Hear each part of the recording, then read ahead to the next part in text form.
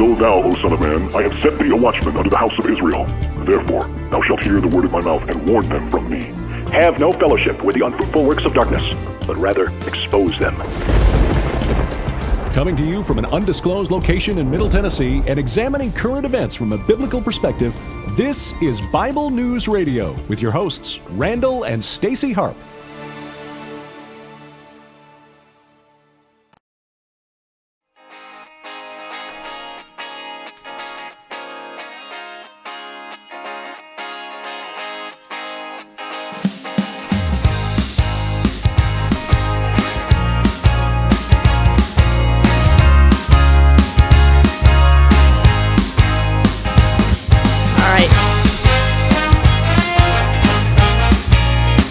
Hey everybody, sorry we're late. It's normal, so hope you don't mind.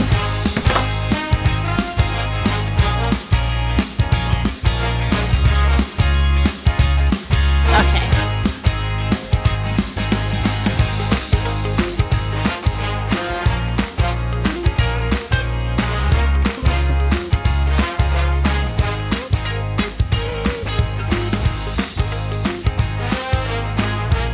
All right, everybody. So I want to thank you guys for coming in on Periscope. I see you. I'm going to call you JM all the way over there in Sweden. And I see, I was going to say I see dead people, but that would be a bad reference to a different film. Anyway, let's see. We got Mia in Virginia there and Jason and some other people I'm sure coming in. Thank you guys who are on Facebook. Don't forget to subscribe and get notified when we're live. And those of you on Periscope, thank you for sharing it out on Facebook and Twitter, because you can do that. And YouTube, don't forget to subscribe so you can watch live, just so you know. Okay, and most important thing, don't forget to go over to BibleNewsRadio.com, sign up for our email, so you will be notified of our guests like I have on tonight, just so you know. All right, so last year I had the opportunity to talk to Del Tackett about the topic that we're talking about tonight. And that is the question, is Genesis history? And, you know, you're like, what? Genesis is the first book of the Bible, isn't it? Yeah, it is. Yeah. In the beginning, there was the Word. No, wait, that's John. In the beginning, there was something. God created the heavens and the earth? Yeah, that's what it was. Yeah. And anyway, and then there was this, yeah. And then there was light, they said. And then eventually man came into the being, and, you know, then the rest they say is history. It all fell and burned and everything. Yeah, right. Hey, yeah, right? Yeah, okay. Anyway, so the book, but the question is, like we had earlier this week we had Ann Gager on from the Discovery Institute. We're talking about evolution, right? So now we're talking about science in the Bible again, the nerve of us, because we dare to go where most Christian shows won't go. Anyway, I have a guest tonight. I got to introduce you to him because he's a great guy, just so you know. And his name is wonderful. Actually, let me tell you his name. I'm trying to find his bio. Wait, hold on. There it is. Our guest tonight is Thomas Purifoy, Jr. Yes, he is a junior, which means there was a Thomas Purifoy Sr. Anyway, he is a filmmaker and an educator. He's produced, written, and directed numerous projects through his production company, Compass Cinema. I'm sure some of you guys have heard of that. In 2010, he started Compass Classroom to sell the company's educational products to churches and families around the world. And he served as a surface warfare officer in the U.S. Navy. Working both with the U.S. Marines on the U.S.S. Gunston Hall LSD 44. I did say that right. Yeah, LSD. I just want to make sure I didn't misread that. Anyway, and the U.S. Navy SEALs in Special Boat Unit 20. He graduated from Vanderbilt University right here locally where I live, with a degree in English and creative writing. He's written books on the parables and economics of the Bible, and he is here tonight to talk about the DVD. And some exciting news about the DVD is Genesis history. And believe it or not, I'm happy he's here. So Thomas, welcome to the show. Glad you're here, buddy. Hey, thanks a lot. I appreciate it. So, okay, so here's the deal. So last year we talked to Del Tackett, and this year we get to talk to you, and you're both going to go to NRB, right? Yes, Del will be there for sure. Okay. You're going to hide out, right? You're not going to... No. No one wants to interview me anyway. They're always going to interview Del, so I'm really excited to be able to be interviewed. Oh, that's cool. Well, I actually think it's really cool that, that you founded Compass Cinema. Tell me a little bit more about that company, because I love media that educates and also, is biblical, or at least kind of lines up with my worldview as a believer. Yeah, well, I mean, we started a company that would basically create products that we were interested in. My wife homeschools, and so we thought maybe homeschool curriculum would be a great thing to do. We had created a product called Modern Parables for Churches a number of years ago, and so really the company is set up to produce kind of the projects that we are interested in producing. All right. So besides Is Genesis History, what are some of the things that you guys do? Well, we did a series on Latin called Visual Latin. We've done a number of history series and economics curriculum.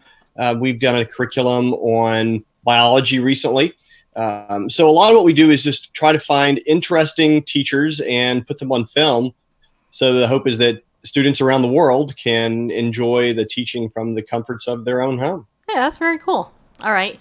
So you said you're a homeschooling dad. So how many kids do you have? 3 girls. Aw, so you understand the female temperament then, don't you? I guess having 3 girls would ensure that you don't understand it, because you realize that, they're all a little different and they all kind of think their own way. Okay, I get it. All right. Well, are they teenagers yet? Because, I've got 2 of them, 2 teenagers. So you totally have your hands full then. Yes, absolutely. There's no question about that. So a middle-aged woman with, menopausal symptoms is no big deal to you, because All right. Well, we do have a lot of girls in the house. That's good. Well, you know what? I have all boys in the house except me, so I kind of understand, except flip side. Yeah. Anyway, so let's talk about Is Genesis History now. In case there's somebody new who didn't hear my interview I did with Del last year, tell everybody a little bit about it, because I actually think this is a super cool, project. I loved how it opened. Well, it's a film that we recorded last year. Actually, it launched last year in about 700 theaters. It was a one-night event. It was a small event, but it was very popular and did well. And so we had ended up being one of the highest grossing films for Fathom Events, who was our distributor last year. And so they decided to bring it back this year as an anniversary event.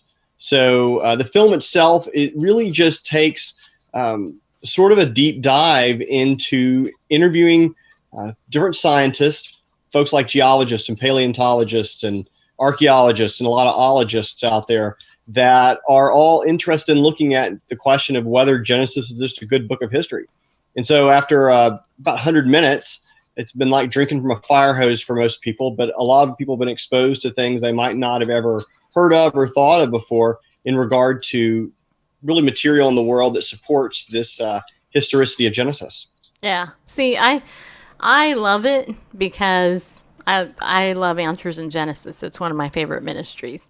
And so I'm sure you guys would probably, I don't know, are they the enemy to you? Hopefully they're not. No, great guys. We used 2 of their scientists involved, Andrew Snelling, and we're big fans of what they do up there. Oh, okay, good. Whew. I almost stepped on a mine. Didn't even know it. No mines in this world. All right, that's good. So yeah, I love it though because there's that old saying: some people believe Christians are poor, uneducated, and easy to command, and I'm like going, yeah, that's why I have brilliant scientists and people with higher upper education on our show all the time talking about stuff like this, especially because it's so compatible with Scripture. Science and the Bible goes together completely, and everything. So let me ask you this. So you guys have an encore presentation happening on the 22nd of February. Is that right? Yeah, it's a week from today. A whole week from today. Ooh, so that'll be good. And how many theaters is it going to be in this time? Do you know? Yeah, they actually added 100, so it'll be at 850 theaters this time. 850. Wow. Congratulations. That's very cool. Okay, Well, so the Lord was gracious in putting all this together. We really didn't have a whole lot to do with this second encore, and our distributor came to us and said, "Hey, we would love to have you show the film again." And so we said, "Great." And so they kind of put the pieces together and got it out there for the and for all the theaters. okay, so if somebody wants to go see it, what do they have to do? Go to Fandango and look it up, or is there a main website? Fandango's got it. We can go to Fathom Events. Probably the easiest is to go to isgenesishistory.com, and that has lots of links in it. The main one takes you to Fathom, where you can put your zip code in and find out where the film is going to be showing. Cool. I'm gonna write that down because I might want to see it again on my big screen. All right. Hey, Sylvia Sue Lynn, welcome to the show. Let's see who else came in. Angie, nice to see you guys. Don't forget to share this out. And whoever you two are with names I can't pronounce, you guys can share it out too, okay? And Servant of Jesus, you can share it too because you know Jesus would. Okay, so what okay, one of the lead questions here says, what is your role in making of the film? So I carried the water for most people when we were out there on a trip. Everyone needed waters, but I also ended up having to do, when you're on a documentary, I was actually the producer and the director and the writer of it, but you do a lot of other things as well. So a lot of it was just to kind of keep the things moving while the cameraman and Dell and the scientists did their job, and hope the interviews all go well. Yeah, okay. And it's nice to see you too. I'm his child, just so you know. Okay, sorry. This is our live interactive audience. Do you want to say hi to our audience, everybody? Everybody say hi to Thomas. Give him some waves and everything. It's important.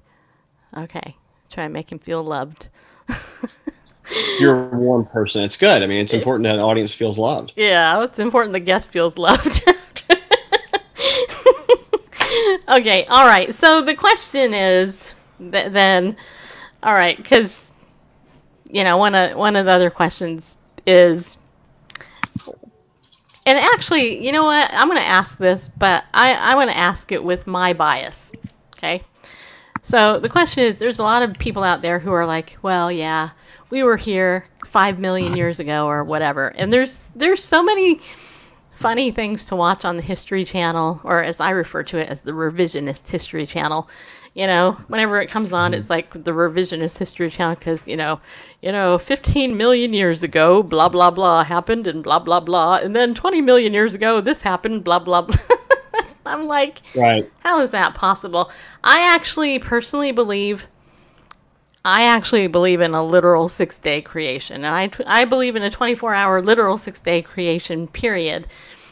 But here is where I differ from maybe some people. I think, and, you know, none of us really know because none of us were there, but I think that God created the world with the appearance of age.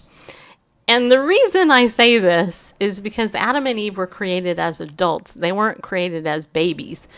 And so I think that because Adam and Eve were created as, you know, adults, that the Lord had to somehow create apple trees with apples and all this other stuff. I don't think that Makes sense. Yeah, I mean, I don't think he was like, hey, Adam and Eve, I'm going to make you born the way normal people are born. Yeah, right. That wouldn't have happened. What did they do? Hatch out of an egg or something? You know what I'm saying? So that didn't happen. But then they had to hang out to watch, you know, a cow grow or whatever. Not that they ate cows originally, but you know what I'm saying. So yeah, I think that's very reasonable. Well, how do you explain to people though who are indoctrinated in this evolutionary 50 billion years ago worldview that Genesis supports? You know, what it says is what it means. Well, I kind of have to figure out where people are coming from, and so if someone is a Christian, then you want to start with the Bible because they usually have an authority there. But even if they're not a Christian, there are a lot of different places you can go to discuss this, not the least of which is this question of, you know, biological systems that all integrate and work together. It's a new area that's all been that people are looking at. And so when you start looking at any ecosystem, there are lots of things that require other things that are fully functional. I mean, a good example is like, say, something complex like mycorrhizal of fungi. That's something you think about a lot, right? Absolutely, every day. Exactly. So it's basically a special fungi that is required for roots to basically pull nitrogen and do things in and out of the soil. So if you don't have the mycorrhizal fungi, then the roots don't work. But the roots also provide things for the fungi. So there are all of these relationships. That's just one little example of it. So everywhere around the world, you've got this, and this wasn't really known until the late 20th century. You have all these different types of bacteria and fungi that are doing their job. And if you don't have them, then nothing really works. But yet they're also living off of what they're supporting. So all of these mutual relationships really are almost everywhere. And in many times, there are multiple layers of complexity. So the idea that you would have basically for your chicken and the egg, you need both of them simultaneously and you need a bunch of them simultaneously, that actually makes a lot of sense that an intelligent designer put all this together working simultaneously, much like we do when we make factories or we make any number of things like an iPhone that works. All the pieces have to be there functioning and working. So it actually makes a lot of sense from a design perspective. Actually, one of our guys we interviewed is a mechanical engineer out of Bristol University in England. He helped design the solar panels on basically it was the function, it was the machine that opened the solar panels on the European Space Station. He redesigned the British racing bike for the last Olympics, and which is one of the reasons the Brits won so many gold medals. He's a 6-day creationist, and he's the first to say that, well, when you look at just design and good design, all the pieces have to be there. And so 6-day creation actually makes the most sense instead of these long, enduring billions of years where things kind of slowly are supposed to accidentally kind of somehow fall together. Yeah, I agree wholeheartedly. Actually, we just had a commenter in the chat room say, why does any of this matter? We already know the Earth is older than 6,000 years old, blah, blah. Why does it matter? And well, I'll let you answer it and then I'll give my opinion. So the question I always ask is, how does anybody know that? Yeah. So how do they know it? Well, and that's the argument, right? I mean, because really it's a battle of wits, isn't it? I mean, the Bible isn't really based in any scientific evidence or historicity or anything. There's no reality based in it at all. You're just a doofus if you actually believe in it, right? So it's but the question is for the atheist or somebody who doesn't look at the scripture and they're like, well, where do you get yours? Like from Plato or Freud? I mean, I think what I like to say is what is, when you're looking at things is, so what explains the most things in the world the best? Yeah. And so you find that most people, they'll focus on one thing or another, but when you start putting it all together, meaning you got to start with us. So you start with people. Right. And you say, well, we're kind of unique, and we're pretty unique so far as we know on the earth, at least. And when you start working back there, that we have the ability to do art, we have the ability to make music, we have the ability to do civilization, we have the ability to make iPhones. How did that happen? And then you start kind of saying, well, do they hurt each other? Why do they seem to want to have love but can't? Why are people depressed? So you kind of have to start with what we know, and you start asking people questions. So sometimes they start being able to answer those questions. They kind of like, well, I can answer this, but I can't answer that. So the Christian's able to say, well, but actually, how do you know so much before your life was born? Well, I don't know. In fact, you don't even know that much when you were kids. You got to go to your parents. Well, your parents had parents, right? And your parents had parents' parents. You keep going back. So if you start looking in the Bible, what's interesting is how they track time is with genealogies. It's a very effective way of tracking things. So if you start looking back in genealogy, you start saying, well, how do you go back? How do you know what happened in the past? Well, they wrote things down. So when things stop getting written down, though, it gets kind of hard. And that's the world of prehistory. They begin to start to say, well, there's a lot of things we don't know about Mycenae that we knew about Rome because there weren't any written records. So as you start pushing further into the past, it gets harder and harder for how you know things, which means you then have to start basically putting things together, and they start to try to come up with ideas. But it's interesting. Those ideas have changed a lot. I've got on my shelf a 1971 Encyclopedia Britannica, and it's really kind of interesting to read these because they are sure that the Earth was only 5 billion years old because it matched the age of the universe, which at the time was held to be 5 billion years old. And they have a long series of explanations of how they know this is true because all the calculations have worked out And clearly, 5 billion years is the age of the universe and the age of the Earth. Now, people look back today and say, oh, that's so silly. Now we know it's 13.8 billion and 4.56 billion, et cetera, et cetera. But you're like, well, how do you know? They thought they knew. And how do you know in 50 years, people are going to look back and look at our encyclopedias and say, oh, those silly people. Didn't they realize that the Earth was only made in 6 days? And that, gosh, it's only less than, 10,000 years old.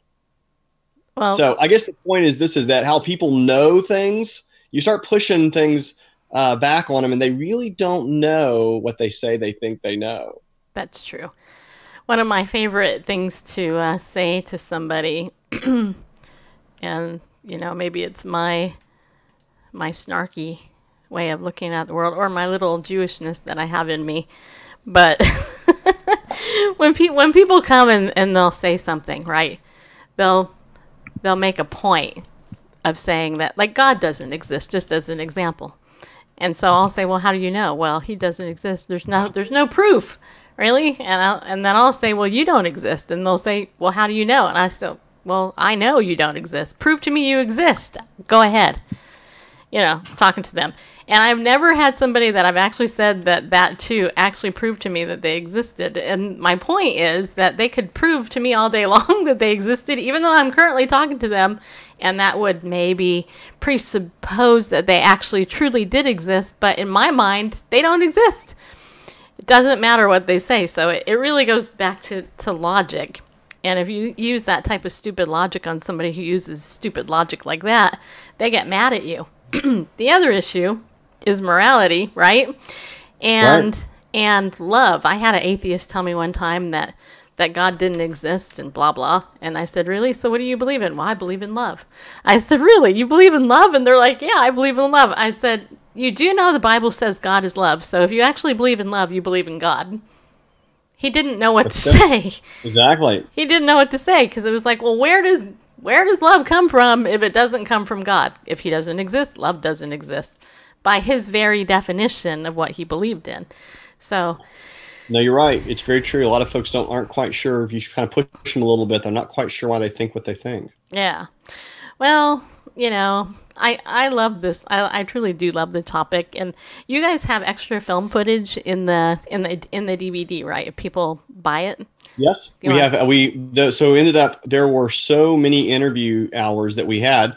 We put some bonus features in there. So there's 3 bonus features in the DVD, but we've also recently released something called Beyond the Genesis History, because a lot of people said, you had 10 minutes, 8 minutes of these scientists in the film, and we really didn't feel like I got the full argument. So what we ended up doing is putting things into about 20-minute segments. So if you, for instance, heard Steve Austin in the film, he's got about 10 minutes. Well, we have 6 segments of him, 2 at the Grand Canyon, or 4 at the Grand Canyon and 2 at Mount St. Helens, where he really digs into a lot of the material with that surrounds a lot of these questions of sedimentology and things like that.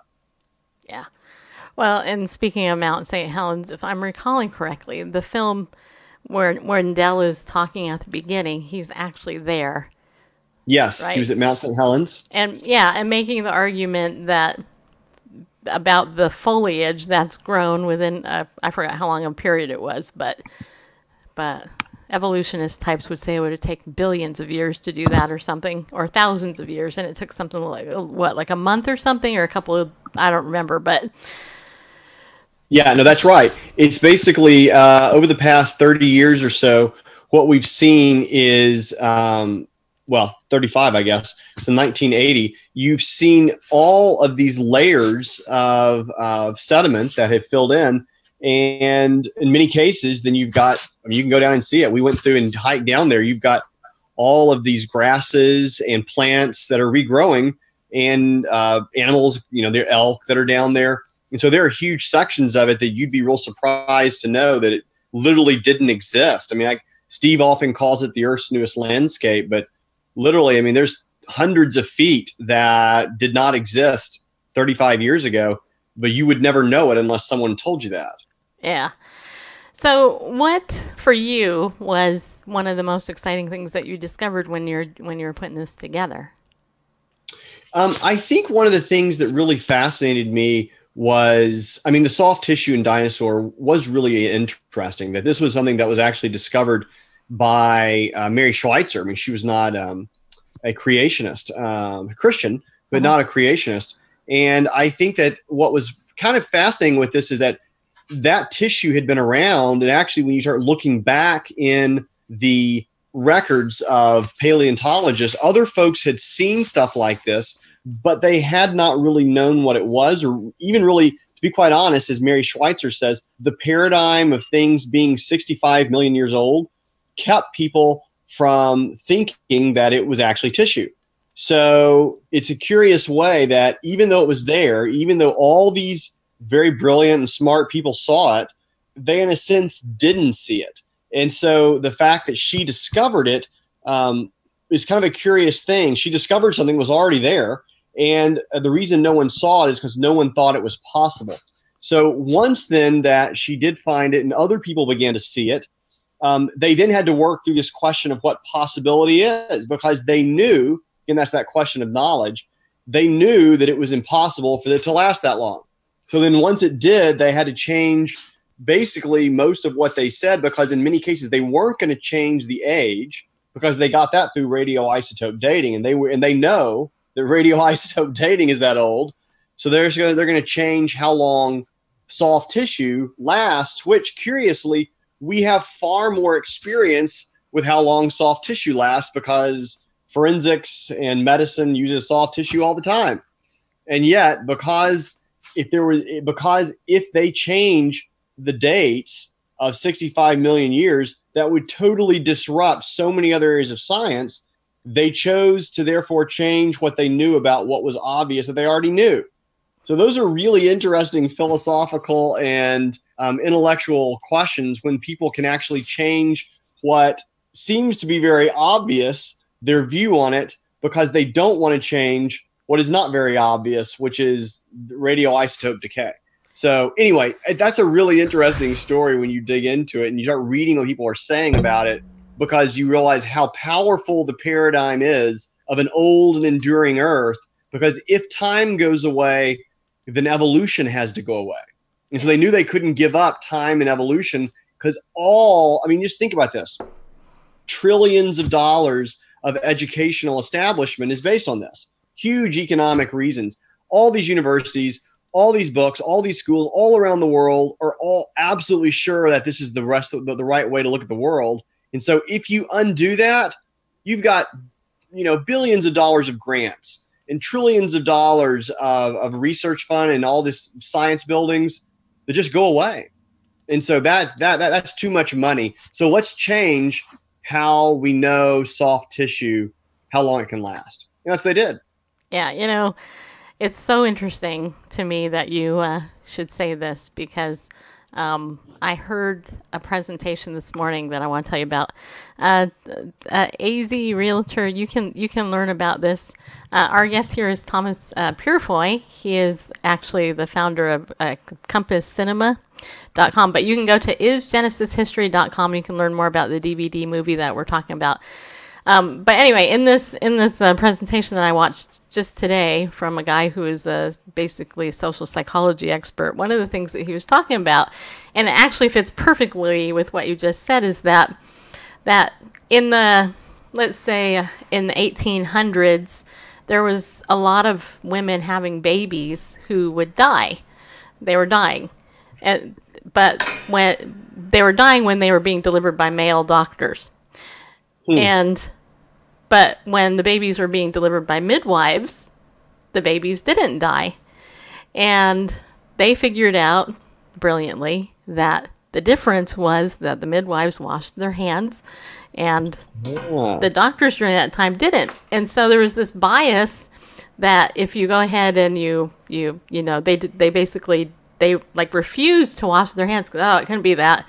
But the difference was that these medical doctors were actually handling cadavers before they were delivering these babies. And so the theory was that the dead cells from the cadavers were kind of getting involved with the babies being born. And so when hand washing was instituted, there was this pushback initially, and nobody wanted to believe it because it was never done that way.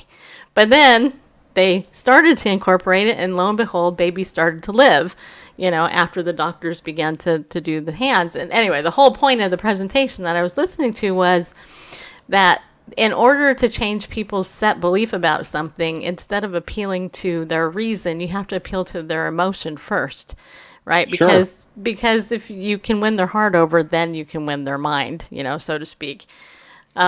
Which in a sense almost goes contrary to when you share the gospel with people, because, there is that intellect that we all have. And I think that's what makes us different and higher than the animals, that God made us in his image. He didn't make Fido in his image. He made us and yet scientists today are saying, you know what, he has just as many rights, and so do the plants, as humans do. I mean, if you follow the work from the Discovery Institute and Wesley Smith, you probably have heard that.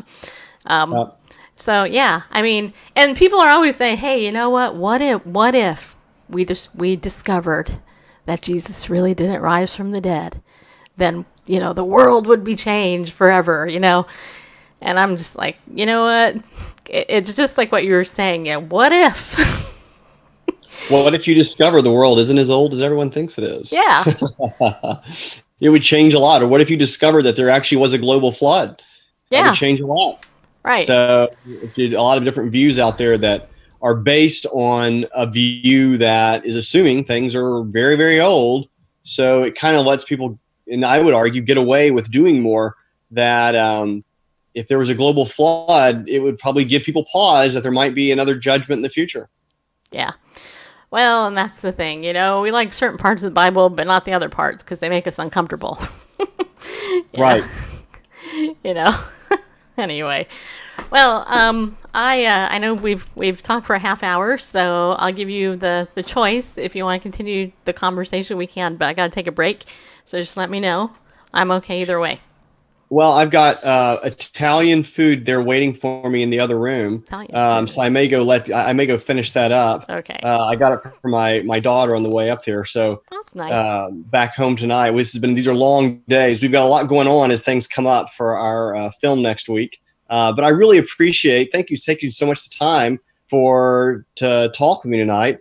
And I really appreciate all your thoughts. I think you're exactly right. There are a lot of folks out there that just don't think through a lot of things too deeply. And perhaps because if you think about it too much, as you pointed out, you might kind of arrive at a conclusion that you did not necessarily want to arrive at. Yeah, I agree. I do. Okay, so tell everybody where they can get the film, where they can see it, and are you on social media, if they can follow you on social media? Yes, social media is genesishistory.com. And that's the best place to go. We're also on Facebook is Genesis History. And the film will be out next week on 7 o'clock in 850 theaters around the nation. Awesome. All right. And congratulations. I actually think this is so cool. And so, congratulations. And if you are at NRB, hopefully I'll get to see you. I'm sure. Yes, I'll see you there. So, all right, cool. All right. Tell everybody hi and enjoy your dinner. Thank you so much. Oh, wait. Take care, can I Stacey. ask you just one other question? Somebody asked, Absolutely. Is it on Netflix? They want to know if it's on Netflix. It is. It is on Netflix. So it's on Netflix. One of the things that the new version will have is we filmed at the Ark an interview with 3 college students. It's actually kind of impressive. These kids are a couple sophomores and a junior, and it's why are they creationists? And so very articulate kids. And I think that's an important aspect of how a lot of younger folks are looking at this in a different way than the older generation is. And that's what we noticed. It was really interesting how they approach some of these questions. They're not asking the same questions our generations did. Yeah. All right, cool. Yeah, and they're happy about that. So cool. Yeah, go watch it on Netflix if you can, but go see it in the theater too, and support a good film in theater, because you don't want garbage all the time in theaters, and there's a lot of that. Trust me. So all right, buddy. I'll see you later. Thanks for coming on. Thanks a lot. Appreciate it. Take care. Yep, I will. Okay, everybody. So that was Thomas Purifoy, and with Compass Cinema. By the way, you can actually also go to his website, compasscinema.com, see the other films and stuff that he's worked on, and learn more about the work. This is a good guy with a lot on his plate. Anyway, I want to also let you know, we're going to take our break, but after the break, you know, I have a little bit of a commentary I want to talk about. I want to talk about this thing that happened yesterday. This murder, or Nicholas Cruz, who's now, you know, a household name because he willingly murdered people and admitted to it. And I am going to talk about why I think he should be put to death publicly, and like today. Let's just say it that way. But we'll do that after the break, which is right now. So I want to thank you for coming in and actually listening to the interview, because this guy is really good. I mean, it was Genesis history. It's like one of the things about your Christian faith is that the more you know about your faith, the easier it is to defend what you believe. Most Christians don't know what they believe. They don't know why they believe it. And this is the thing. The more knowledge you get about what you believe, the more easy it is to defend. And then you can grow in your confidence.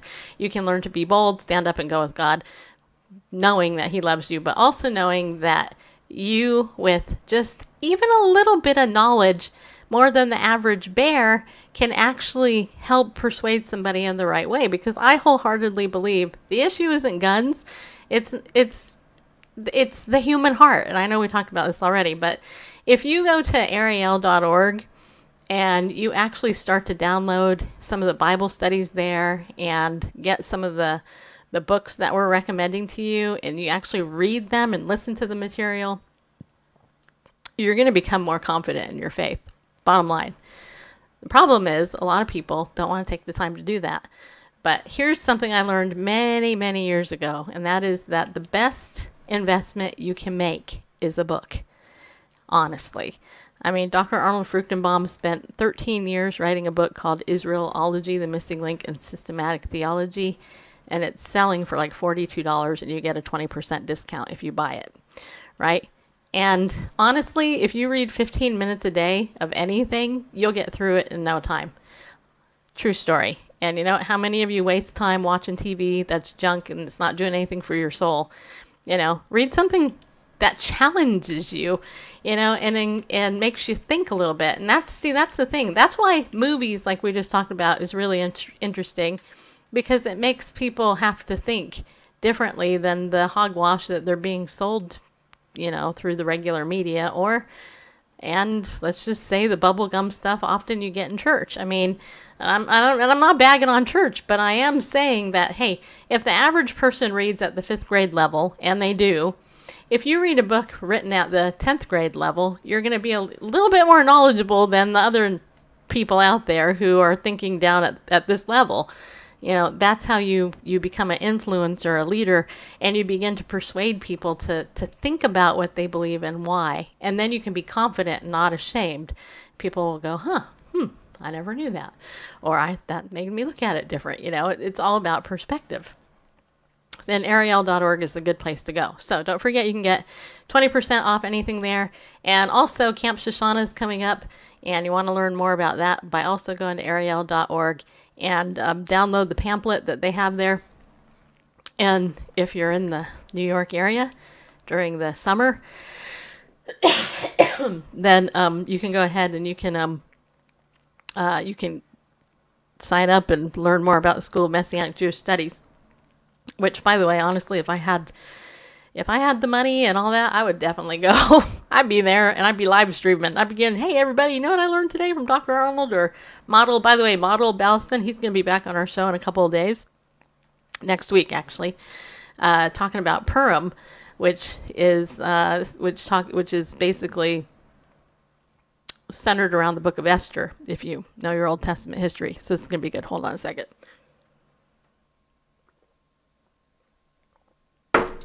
Because it's so super cool. All right, so check that out. Don't forget to also go over to my Twitter account, download the free PDF Bible study, The Modern State of Israel in Bible Prophecy. Check it out. Just that alone right there will totally encourage you in your faith as you read through it. It's not that hard, and I think it's 16 pages. So just go over there, BibleNewsRadio.com. Check that out.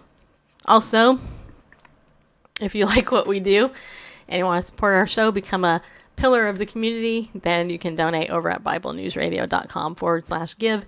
And we appreciate that in your support. So this morning, I did an interview with a lady from Access TV. I know, it's very super weird. And I'm trying to pull up the info so I can give it to you. It was Katie Darrell. She hosts a new show over on Access TV. And it's a new TV show called The Top 10 Revealed. She actually was talking about the top 10 rock guitar intros of all time. You might be wondering, why do Christians care about this? Well, because let's just face it, a lot of us listened to rock and roll music when we were younger. And anyway, tomorrow is Friday. We're going to be playing that interview Friday.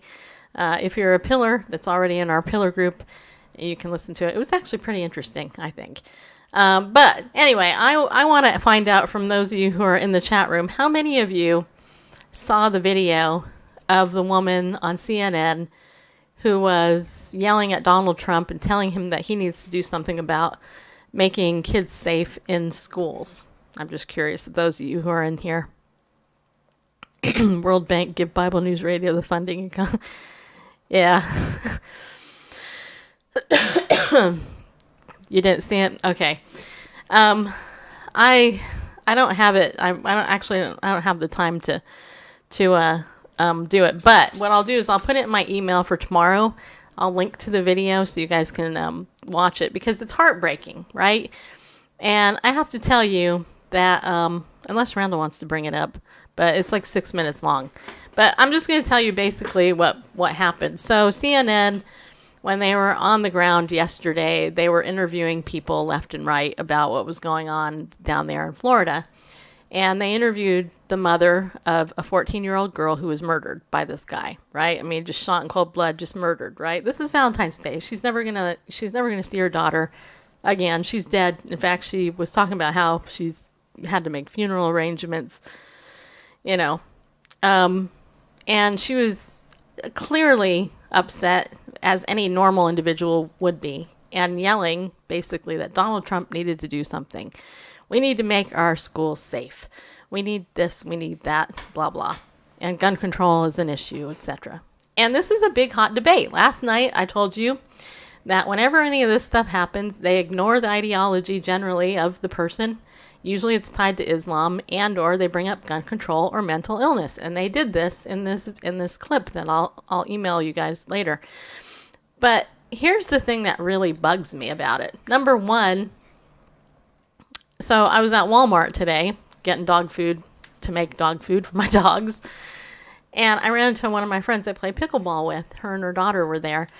And we were talking, and this friend of mine's very conservative, just moved here out of state from another state.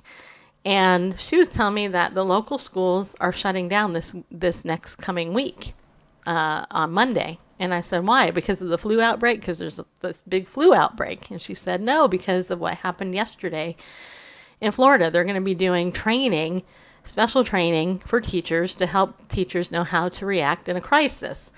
Now, when I was in grad school in 2001 through 2005, right after 9/11 took place, I was literally in my first semester of graduate school in a psychology program.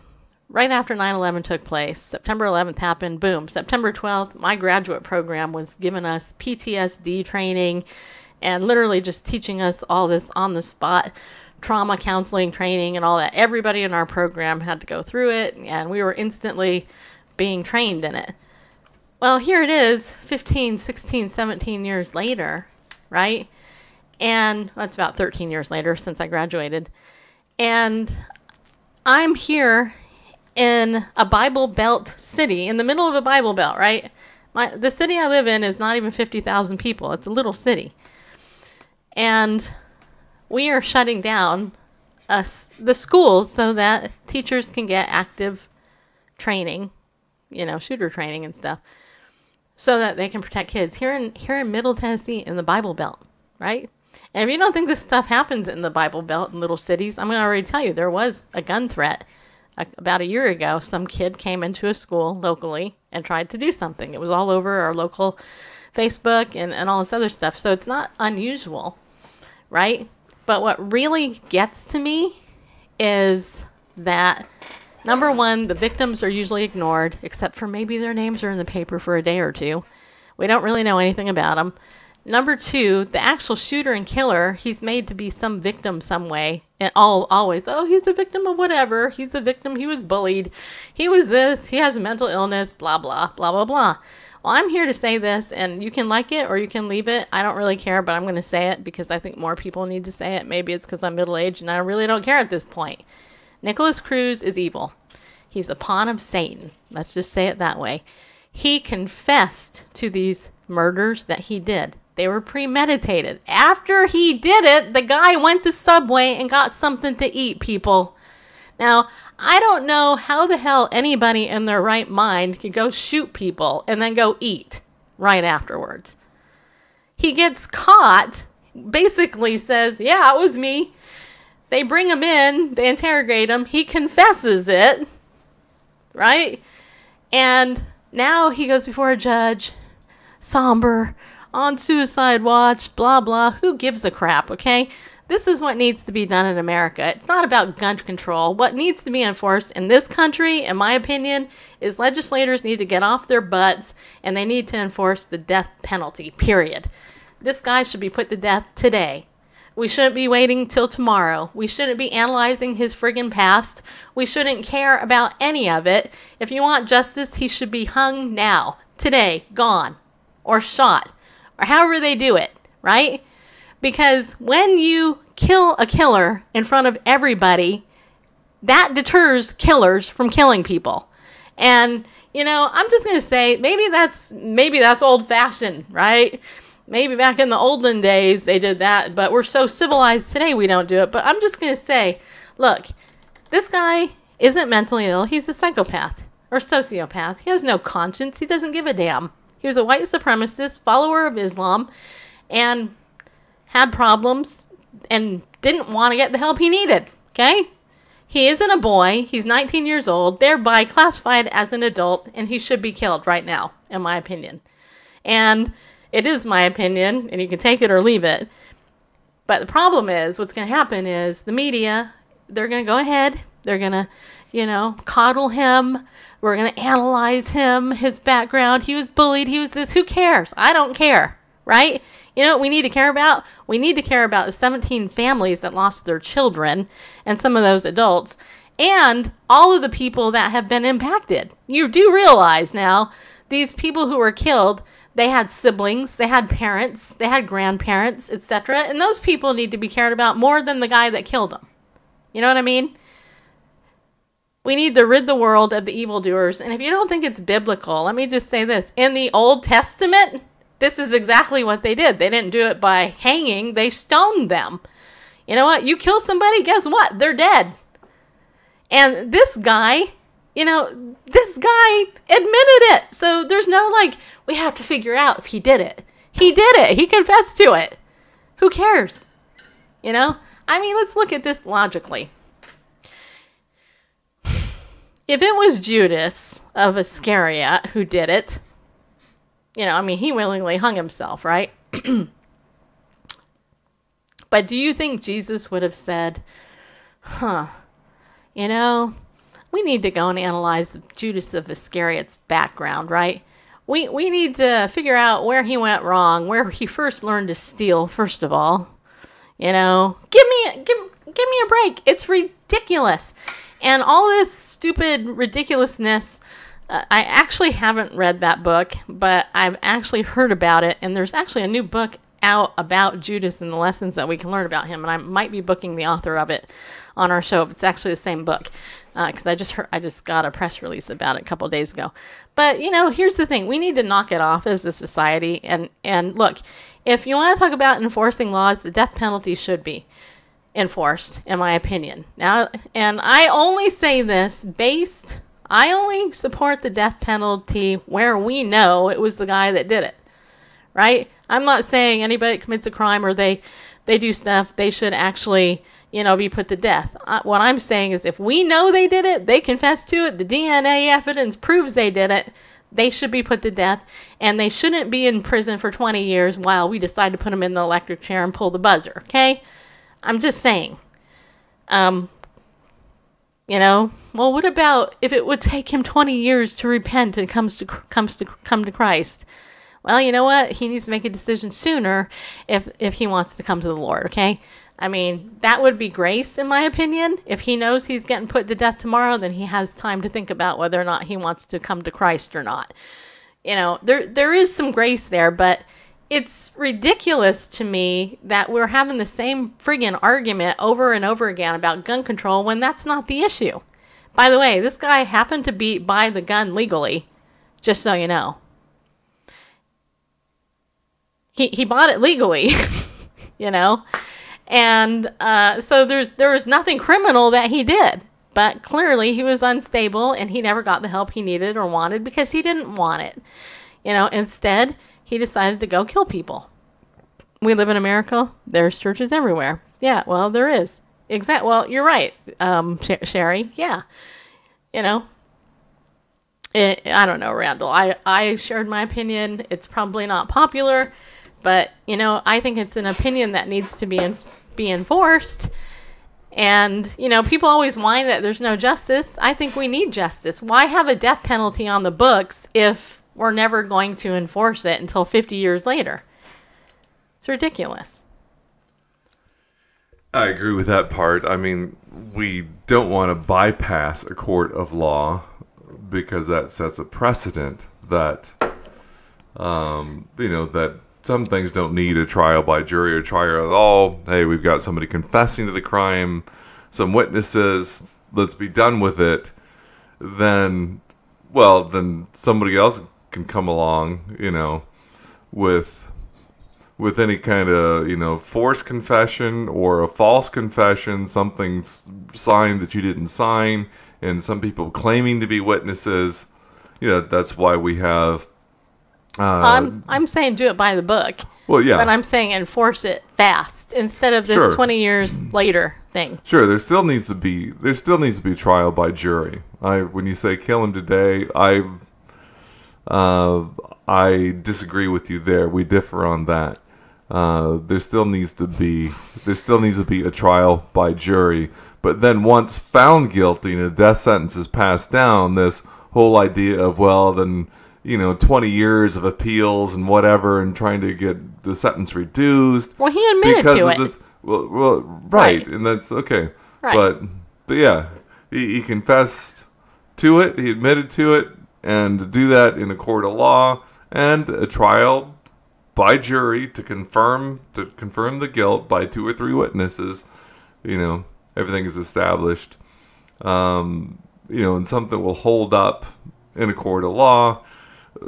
You know, that jurors can say, you know, beyond a reasonable doubt, yes, these people really are witnesses. They were in the same place, you know, and put it together. I mean, it's basically because people are evil, because man's heart is evil and, you know, desperately wicked and above all deceitful.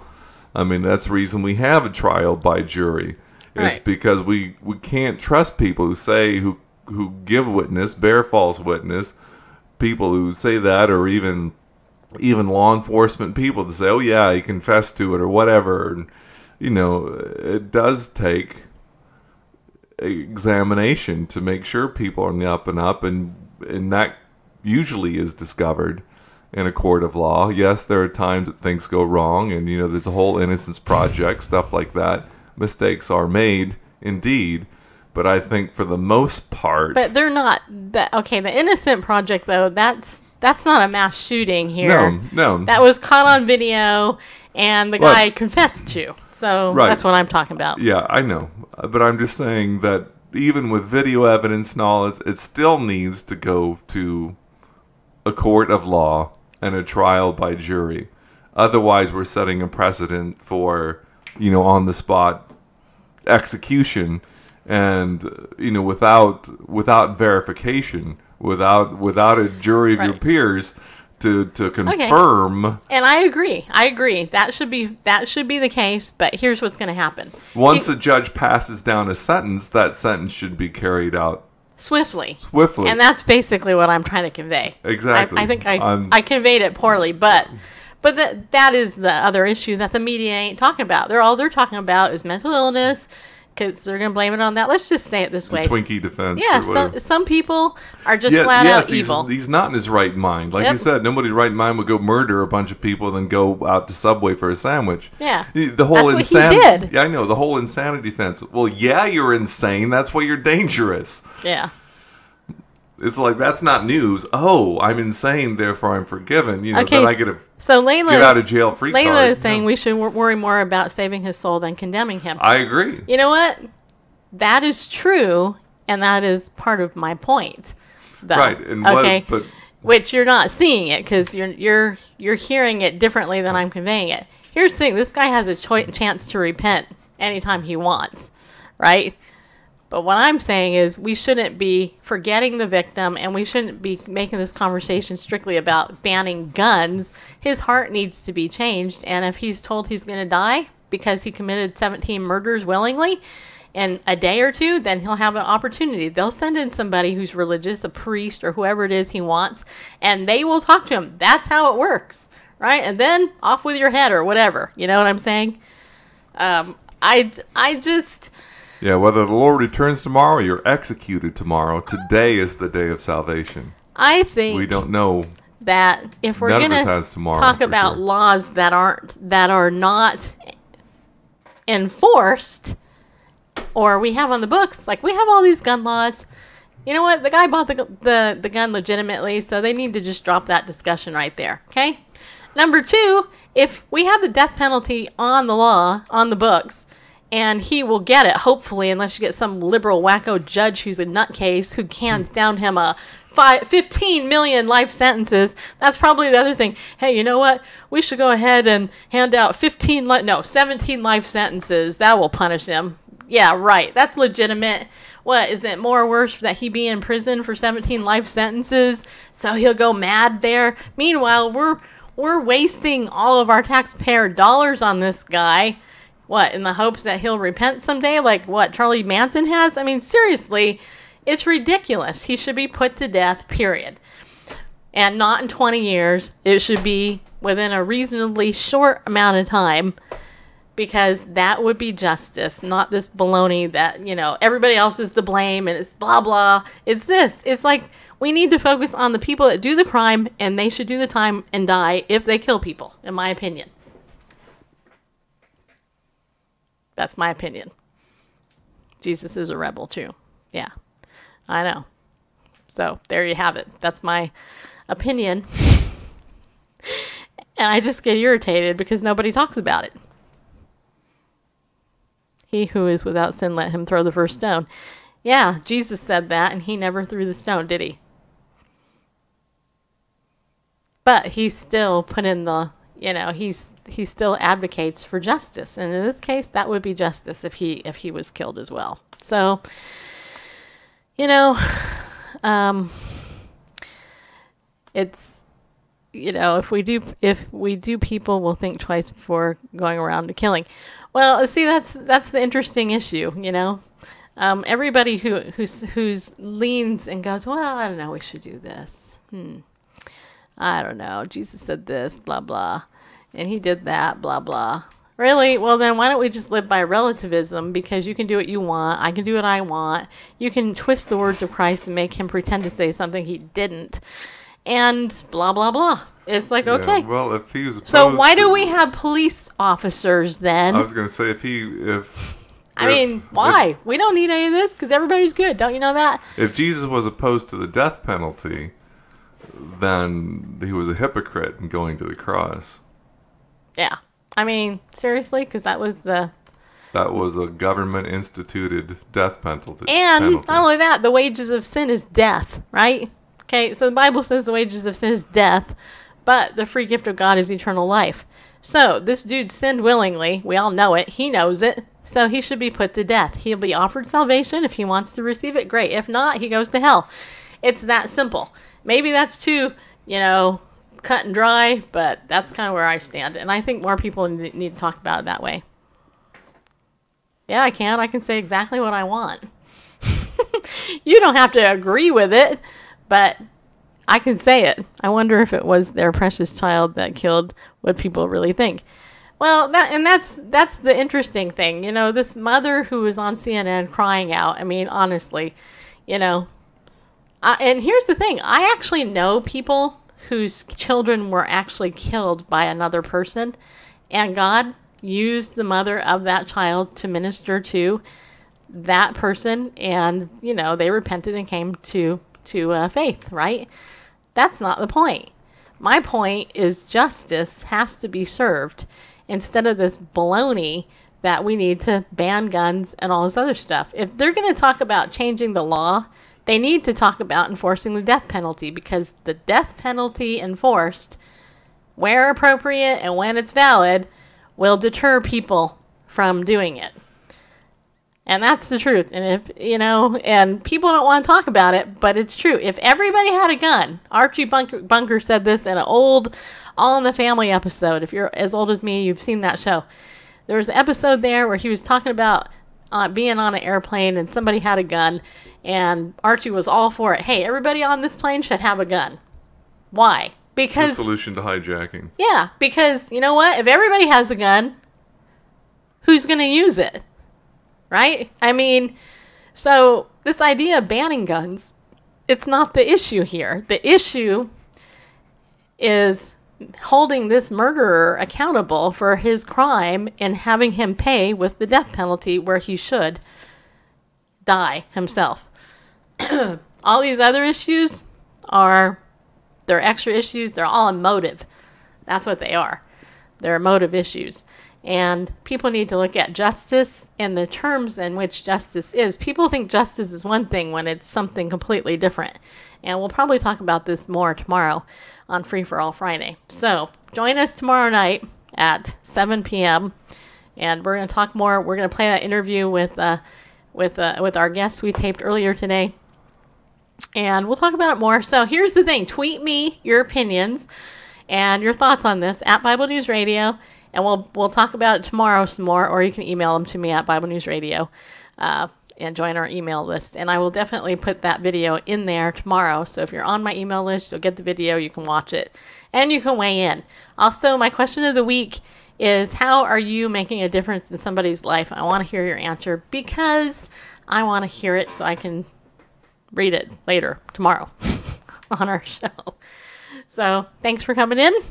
You guys, remember to be bold, stand up, and go with God. Think for yourself.